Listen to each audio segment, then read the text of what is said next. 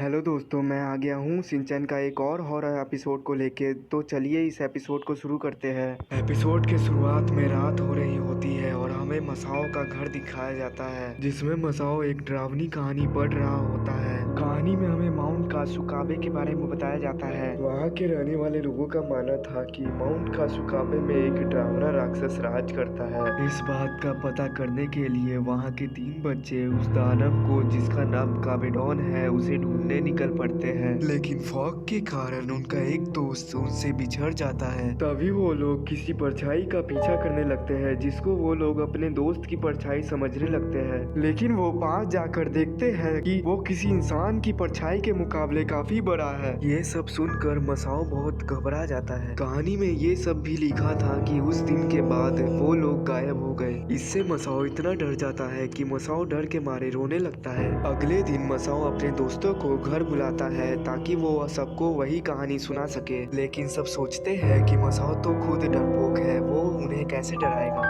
मसाओ बोलता है कि तुम सब ज्यादा मत बोलो, ये कहानी इतनी डरावनी है कि तुम सब डरने वाले हो। वो बताता है कि माउंट कासुकाबे के पास एक गांव हुआ करता था और लोगों का मानना था कि वहाँ एक दानव काबेडॉन का राज चलता है, लेकिन आज तक कोई भी इंसान उसे देख नहीं पाया था। इसलिए 3 दोस्त उस काबेडॉन का पता करने निकल पड़ते हैं। मगर नैनी मसाओ को स्टोरी के बीच में ही रोक देती है, क्योंकि वो उन बच्चों के नेम से कंफ्यूज हो जाती है। तो मसाओ को एक आइडिया आता है कि वो 3 दोस्तों के जगह अपने दोस्तों का नाम रख देता है। फिर वो बताता है कि फॉग के कारण खजामा गुम हो जाता है, लेकिन वो लोग कहानी को सीरियसली नहीं ले रहे होते, इसलिए मसाओ लाइट्स को बंद कर देता है। इसी बीच बो चैन कुछ बोलने लगता है। अचानक से बो चैन को बोलता सुन सब डर जाते हैं। वो बोलता है कि कल मेरे साथ कुछ अजीब घटना घटी थी। वो बताता है कि रिवर बैंक के पास उसे लाल कलर का एक अजीब पत्थर मिला था। वो बिल्कुल ह्यूमन फेस जैसा था। उस पत्थर को देखकर ऐसा लगा कि वो स्माइल कर रहा है, लेकिन बो चैन उसे इग्नोर करके वापस जाने लगता है। मगर चलते चलते उसे अपना पॉकेट हैवी फील होता है।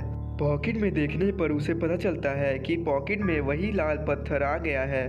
ये कहानी सुनकर उसके सारे दोस्त बहुत डर जाते हैं। अगले दिन वो दोबारा जाता है वहाँ उस पत्थर को रखने के लिए, और इस बार वो जाते जाते अपने पॉकेट को टाइटली पकड़ कर चलता है ताकि वो स्टोन वापस ना आ जाए। लेकिन बो चैन घर पहुंचकर देखता है कि वो पत्थर उसके बैकयार्ड में रखा होता है। फिर सबके पसीने छूटने लगते हैं, क्योंकि ये कहानी डरावनी होते जा रही है। बो चैन बोलता है कि अब ये कहानी और डरावनी होने वाली है। वो बोलता है कि पिछले दिन के मुकाबले उस पत्थर में कई चेंजेस आए हैं। पत्थर के क्रैक पहले से काफी अलग है और उस पे एक एंग्री फेस बन गया है। अगले ही दिन बो चैन उस पत्थर को दोबारा रखने जाता है, लेकिन वहाँ पहुंचकर वो एक और बड़ा लाल पत्थर देखता है जो उस दिन नहीं था, और उस पत्थर को देखकर लगता है कि वो इसी पत्थर का दूसरा हिस्सा है। उन दोनों पत्थर को जोड़ने पर वो मैच भी हो जाते हैं। ये देख के बो चैन एक राहत की सांस लेता है, क्योंकि उसने उस पत्थर से पीछा छुड़ा लिया था। ये सुनकर बाकी सब भी राहत की सांस लेते हैं, क्योंकि बो के साथ एक हैप्पी एंडिंग हुई। लेकिन फिर बो चैन बोलता है कि पता नहीं क्यों पर शायद मेरा पॉकेट हैवी फील हो रहा है। फिर वो लोग को पता चलता है कि वो लाल पत्थर दोबारा से वापस आ गया है। ये देखकर सभी लोग चिल्लाने लगते हैं और एपिसोड एंड हो जाता है।